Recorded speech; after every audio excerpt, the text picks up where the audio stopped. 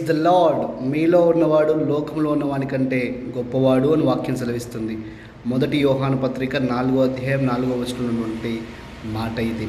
కాబట్టి మనలో ఉన్నటువంటి వారు మన ప్రభు అయినటువంటి యేసుక్రీస్తు ప్రభువు వారు ఆయన లోకంలో ఉన్న వాని కంటే, అనగా అపవాది కంటే ఆయన గొప్పవాడు. ఎందుకో తెలుసా? ఈ లోకంలో ఏ మనిషికి సాధ్యము కాని అసాధ్యమైనటువంటి విషయాన్ని ఆయన జయించాడు. అదేంటో తెలుసా?